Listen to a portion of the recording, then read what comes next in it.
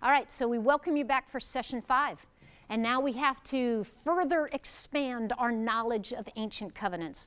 I promised you in our last study that we would take a look at how this covenant idea is spread throughout the ancient Near East. Now, so often if someone with a PhD tells you that something's true, you just go, oh yeah, sure. Well, let me actually prove it to you. Don't believe us. We don't know what we're talking about. Just kidding. Okay. Do we have ancient Near Eastern examples of these international treaties? Yes, indeed we do. Throughout Syria, well, in Syria, there was a population group known as the Hittites. And the Hittites are actually now an extinct people group. If you have any ethnic jokes that you enjoy telling but you don't like offending people, just plug Hittite in there because they're extinct, they're gone. But while they were there, in the 14th and 13th centuries, one thing that the Hittites left behind in their glory day were a slew of treaty documents, a slew of covenant documents in which the Hittites forged relationships with the Egyptians and with the folks from Mari and other residents of the Fertile Crescent. And in each of these documents, we find consistent legalese that we're going to track into our Bibles in a few moments. So we've got the Hittite examples coming from Syria.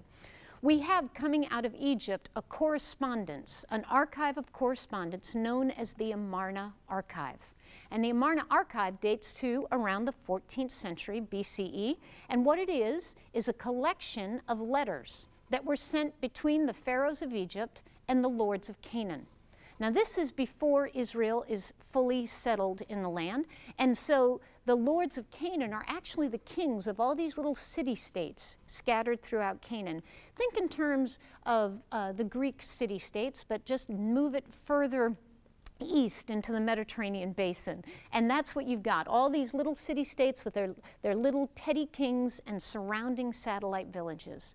Well, those kings forged alliances with the pharaohs of Egypt. The pharaohs were the suzerains, and the lords of Canaan were the vassals. And in their correspondence, they speak of their relationship, and they speak of their agreement and their covenant one with the other, and how Pharaoh had sworn to protect and to defend the lords of Canaan, and the lords of Canaan had sworn to send tribute and send their heirs, which is another interesting detail. So we have these covenants coming out of Egypt. What about Mesopotamia? We have a very important collection of documents that record Esarhaddon's promissory oaths with his vassals. Now, Esarhaddon was an Assyrian king. He reigned in the 7th century. And Esarhaddon had forged alliances again with the states of the western Fertile Crescent, which is Judah and Israel and Phoenicia and the Philistines. And in those documents, again, we hear of this covenanting relationship. So we have these documents coming out of Mesopotamia as well. Do we have these documents coming out of Israel? Well, very interesting. In your Old Testament is a story in the book of Joshua about Joshua and the conquest, when he has succeeded in breaking into the Promised Land. He has taken down Jericho, he's assaulted Ai, and all of the kings of the Central Hill Country are in panic. Who are these Israelites? What God is this that's bringing them such victory? And boy, are we in trouble. Well, a particular group among the lords of Canaan decided that they would be proactive about the problem, and this is the royal city of Gibeon. And so you know the story. The Gibeonites put together a messenger squad, some diplomats, and they dressed them in old, worn-out, dirty clothes and old, worn-out sandals, and they packed stale, crumbly bread, and they sent them to Joshua at Gilgal. And so the messengers of Gibeon show up and they say to Joshua, here we've come to visit you. We've come from a far country. I'm in Joshua chapter 9, and the passage in verse 6 reads, and they went to Joshua to the camp at Gilgal, and they said to them and to the men of Israel, we've come from a far off country. Now therefore make a covenant with us. Now, it doesn't actually say make a covenant. If I could pull the Hebrew out, I would show you that it actually says cut a covenant with us, because this is the idiom. Now, the folks from Gibeon apparently had figured out that Joshua was under orders from the Almighty that he was not to make any sort of treaties with anyone who lived within the boundaries of the Promised Land. He was allowed to make treaties with people who lived outside the Promised Land, but not folks who lived inside, and Gibeon lives inside. So the ruse of the worn-out clothes and the stale bread, they're trying to fool Joshua into thinking that they're outside the boundaries. And so what happens as the story progresses? Well, they make their case to the elders of Israel, and the elders of Israel and all the inhabitants of the country spoke to us. They make their case saying that their elders spoke to them, saying, "Take provisions in your hand for your journey. Go to meet them and say, 'We are your servants. Make a covenant with us.'" We are your servants. Make a covenant with us. What type of treaty do you think the Gibeonites are asking for? The suzerain vassal treaty, because they are looking to Joshua as a suzerain, and they are seeing themselves as servants, as sons. And so it says in the text that the elders of Israel did not consult Yahweh, but they took the request of the kings, the messengers of Gibeon, and they swore an oath with Joshua. Verse 15, Joshua made peace with them and made a covenant with them to let them live, and the leaders of the congregation swore an oath. Now this would all be just ducky until Joshua finds out that these folks actually live local.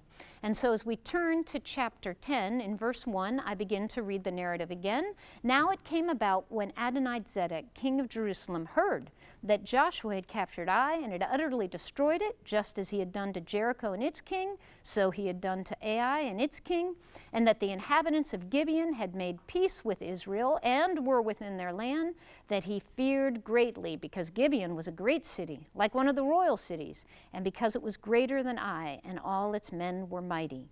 Therefore Adonizedek of Jerusalem sent word to Horam, king of Hebron, and Piram, king of Yarmouth, and Japhia, king of Lachish, and to Depir, king of Eglon, saying, 'Come up to me, help me, and let us attack Gibeon, for it has made peace with Joshua and with the sons of Israel.'" What's happening in that narrative is that the kings of the Central Hill Country are all turning their armies against Gibeon now. Why? Because apparently Gibeon had already been in a parity treaty with all the other lords of Canaan in the Central Hill Country. So when Gibeon turns traitor and turns to Joshua and says, "Now you be my suzerain, I'll give my vassalage to you," what he has essentially done is he's broken his parity treaty. And so all the lords of Canaan who are in alliance together, they stir up their weapons and their warfare, and they turn on Gibeon. So what is Joshua's responsibility at this point in time? He's a suzerain. What's he supposed to do? Yeah, he has got to turn his armies now to defend Gibeon, because Gibeon is his vassal. And Joshua, although he swore his oath under deceit, he swore his oath in the name of Yahweh, and he's not going to break it. And so he turns his army, he defends Gibeon, there's a great rout, the kings of the Central Hill Country are defeated, and what scholars would call the central campaign of the conquest is accomplished.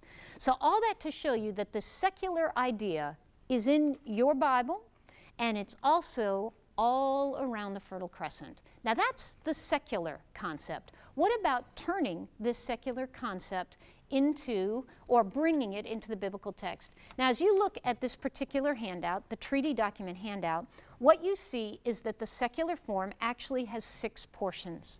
The first portion is the preamble or title, and this is where the suzerain is introduced. And it's the superior party who gets introduced because we're not really interested in the inferior party.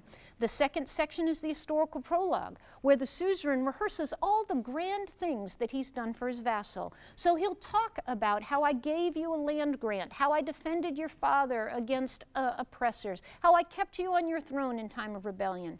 The third section speaks of the stipulations or the obligations imposed. In other words, the things that the vassal is going to have to do to keep the treaty. And those would be sending tribute, it would be putting his army on the field when the suzerain needs it, it would be loyalty. And of all the things that are critically important to a suzerain vassal treaty, there is nothing I must highlight more than loyalty. Whereas in a parity treaty, you can have multiple partners. In a suzerain vassal treaty, you're only allowed to have one, just one.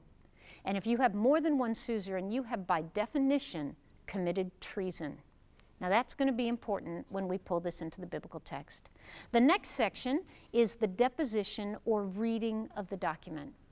And see, the idea here is that when the suzerain and the vassal gathered, they would swear their oaths to each other and they'd have a scribe present. And the scribe would write down everything that had been agreed to. And they would write 2 copies, one for the suzerain, one for the vassal. The suzerain would take his copy home, and because he swore his oath in the name of his gods, he would put his copy in his temple. Because he'd sworn in the name of his God, so he'd put his copy of the contract with his God in the temple. And the vassal would do the same thing. The vassal had sworn in the name of his God, so he would take his copy home and put it into his temple. So there would be a deposition, and then there would also be some sort of clause in the treaty document that clarified that the vassal king would need to pull that document out once every 6 months, once every 6 years, once every 60 years, it depends on the document, and reread it to his entire populace, because the nation needs to keep loyalty. And then the 5th section would be the list of witnesses. Now, in the secular documents, these witnesses would always be deities. And sometimes this list would go on for pages and pages and pages, because this is a polytheistic world, and you don't want to leave anybody out. You know, it's kind of like Sleeping Beauty. If you leave that last fairy out, you could get in trouble later on. So you list everyone. And then, just in case you haven't, you might list a few rivers or a few mountains or a couple natural forces. Then the very last part of these secular documents would be the curses and the blessings. If you keep this treaty, this is all the good stuff that's going to happen to you. If you don't keep this treaty, God help you, or your gods help you. Because whereas I, the suzerain, was supposed to defend you, I am now going to raise my army against you. And you will rue the day that you ever rebelled against this treaty. Now, keeping those 6 sections in mind, think about a moment on an obscure mountain in the southern Sinai desert. This mountain is out in no man's land. And this, of course, is the first stopping place of the great story of Moses' deliverance of Israel. Now, think about who's in the crowd. Moses, of course, is up on the mountain. Who's down at the bottom of the mountain? Well, I speak of them fondly in my classes as polytheists considering monotheism. This is a crowd of hundreds of thousands of people who have been immersed in Egyptian culture as long as they can remember. They're slaves. They're the children of slaves. Their father was a slave. Their grandfather was a slave. They don't remember a day of freedom. They have been lost in the ghettos of Egypt's slave villages as long as they can remember. They've been immersed in Egyptian religion as long as anyone can recall. They've heard of Abraham, they've heard of Yahweh, but just like most folks sitting in the pew could not define the Trinity if you held a gun to their head, so too the folks sitting on the foot of Mount Sinai can't define their God either. And so Yahweh is faced with a very difficult task. He needs to explain himself to this rabble of ex-slaves. How is he going to do that? Well, folks, he's going to take a model, a form, a pedagogy that every one of them would recognize, and he is going to speak into their lives who he is and therefore who they must be. How does the passage go? For once you were not a people, but now you are the people of God. Once you had not received mercy, but now you have received mercy. That comes out of our New Testament, but it applies hands down to our heroes standing at the foot of Mount Sinai. So what does Yahweh do?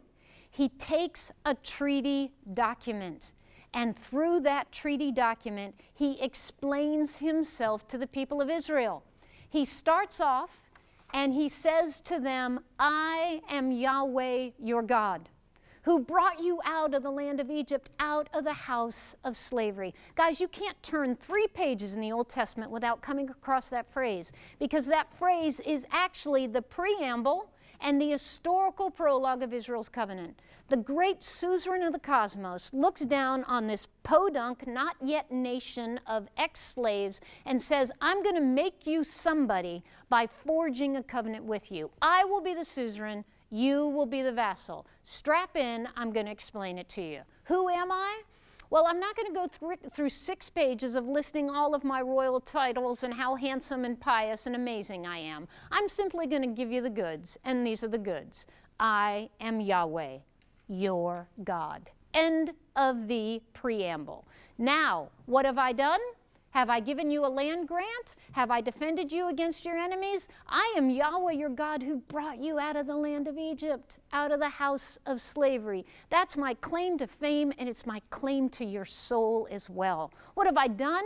I've delivered you from death and slavery and oppression and pain. We talk about those things metaphorically. When we talk about our salvation, these guys were talking about them in concrete terms. And have you noticed that when you talk about your salvation, you talk about it in these terms? You've been delivered from slavery, you've been delivered from death. Well, there are very few of us who have ever actually stood in a war zone. But for the Israelites, they were delivered from slavery, death, and oppression.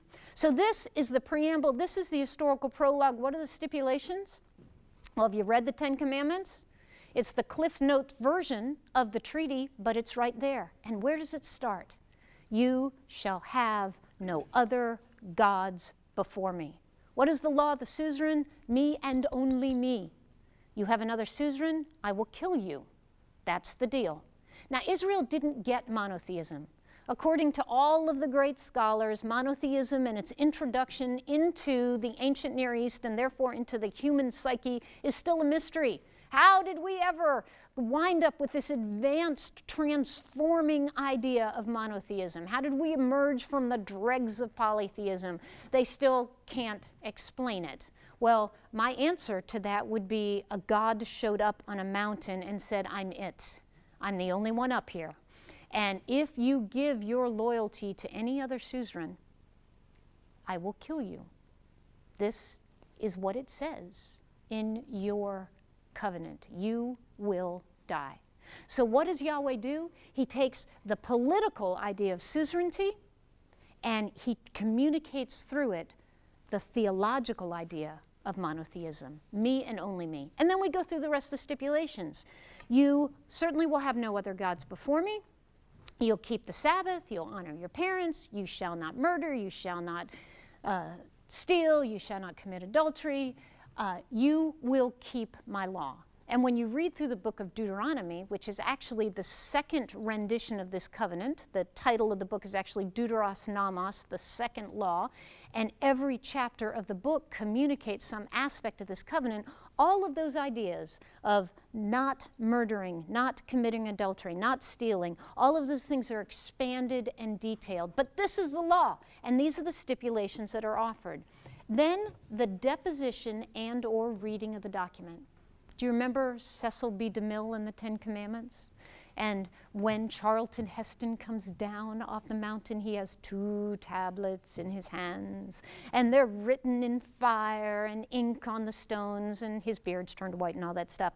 Well, all of my life in the church, I was taught that the first 5 commandments are on tablet 1, and the last 5 commandments are on tablet 2. Well, I can assure you, as someone who is translated more Akkadian texts than I care to recall, that tablets, clay tablets, don't actually come in prefab 8.5 by 11 sizes. When you write a document in the ancient world, the size of your tablet coordinates with the size of your text. So if you're writing a little tiny letter, it's this big. If you're writing a ritual text that takes up a little much more space, your tablet's this big. If you're writing an epic drama like Kirta, okay, your tablets might be this big. All that to say, the 10 Commandments don't take up 2 tablets. You don't need 2 tablets for that short articulation. What Moses is coming down off the mountain with is not Commandment 1 through 5 and Commandment 5 through 10. He's coming down with 2 copies. He's got one for the suzerain, and he's got one for the vassal. The deal is, though, that the suzerain doesn't really need his copy. And so what are the Israelites going to be commanded to do? To take the 2 tablets and put them where? Into the Ark of the Covenant. And where is the Ark of the Covenant? In the Holy of Holies. And where is the Holy of Holies? It's in the temple. Israel will swear by their God, and God will swear by their God, and both copies of that tablet are going to go into the temple. And then they are commanded that every 7 years they're to pull this tablet out and reread it in the hearing of the people. So we have the deposition, and we have the institution of the reading of the document periodically. And then section number 5, the list of witnesses. Well, who are going to be the witnesses to Israel's covenant with Yahweh? Shall we call on Shamash or Sin or Asherah or Baal? Maybe Ale isn't busy this week and he can co-sign the document? I don't think so. The only folks that Yahweh can swear by are either himself or heaven and earth. And so as we read through again the book of Deuteronomy, we hear that the list of witnesses are indeed heaven and earth. I call heaven and earth to witness against you today, Israel. You have not kept that covenant. And you'll hear that language repeated throughout the prophets. Because ultimately what the prophets are doing in their prophesying is they're pulling the contract out. That's what Isaiah and Jeremiah and Ezekiel are doing. They're pulling out the contract. It's on faded manuscript paper, and they're saying, Israel, do you remember section 4b? You blew it. And I'm coming here as the representative of Yahweh to say you're blowing it. And so I call heaven and earth to witness against you today. Keep the contract so that you might live. Fail to keep the contract and you will die. So guys, the point of all this is that Yahweh has pulled this secular form through which he knew he could communicate with his people to tell them that I am making you a new people. I'm making you a nation by sovereign fiat right now, right here.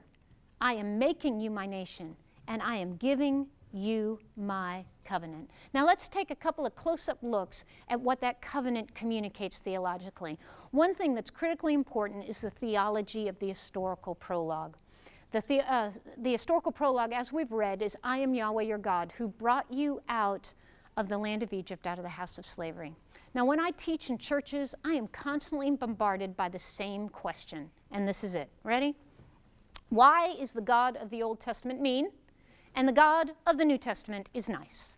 Why is it that the God of the Old Testament is judgmental and is constantly killing people, and the God of the New Testament is cuddly and sweet and hugging people? What's the deal?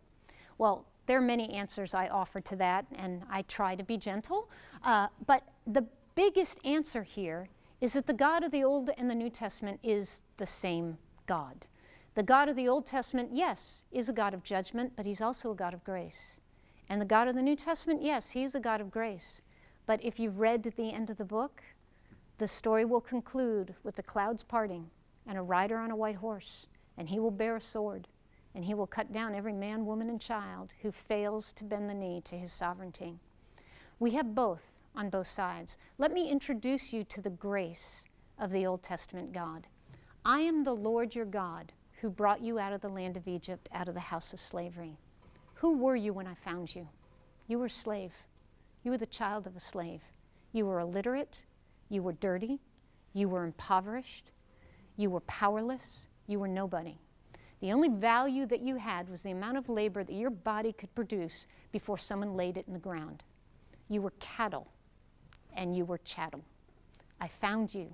I called you my own, and I brought you out of Egypt by mighty powers and acts. I stood down Pharaoh on his own turf, and I said, that one is mine. And whatever cost is required, that one's mine, and I'm bringing him home. This is the historical prologue of Israel's covenant, that God acts before he requires obedience. Do you hear that? The way the theologians in my seminary taught me was this little phrase: the indicative precedes the imperative. The statement that you are mine and I am yours precedes the commands. You see, the deal is that God calls us into relationship first, and then he requires obedience. Very similar to the way you are courted and wooed into a marriage, and then the rules are no more boyfriends. Just the same way that a child is loved first and disciplined later, because the discipline is an expression of the relationship. God first calls and then requires. Sinai doesn't happen until after the deliverance. But somehow or another in the church, not just the church, the people of God in general, somehow or another, we always flip those over. We always make the imperative precede the indicative. We always come up with a God who says, don't drink, dance, or chew, and then maybe I'll love you. And then we teach our children the same thing. And we're surprised that when they get to be 18 years old, they don't want to be a part of our church anymore. Because somehow or another, we never taught them that God loves them. And the rules are designed to protect the relationship. The rules don't create the relationship. That's right there at Sinai, guys.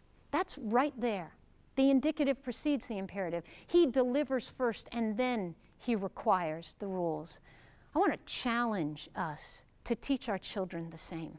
Because I think that perhaps if we taught them that the God of the universe has called and loved them and then required of them obedience, they might still want to be Christians when they turn 18. And maybe we could create a new wristband, you know, not what would Jesus do, but what has Jesus done? Glory to his name. Okay, what about this secular form? How does it serve to teach Israel? We're going to pull this all down into some critical bullet points. The first one is that through this covenant relationship, through this treaty that Yahweh offers to Israel, Israel is given the idea of national identity. They didn't have a national identity before. They're a tribal outfit, they're an extended family, they've grown apart. Really, the thing that has forged them together is their common suffering. But at the foot of Mount Sinai, by means of the covenant document, Yahweh makes them a nation. Because I am a suzerain, you are a vassal. You become Israel. So that would be point one. Point two is he communicates the idea of monotheism. And again, this is critical. The Israelites don't understand monotheism, and really, it's going to take them a while to get it straight. And the average citizen sitting in the pew isn't going to get it straight for a long, long time. And that's evidenced by all sorts of material culture and archaeological evidence. We've still got statues to Asherah dropping into the average citizen's house in 8th century Judah, unfortunately. But this is the first step.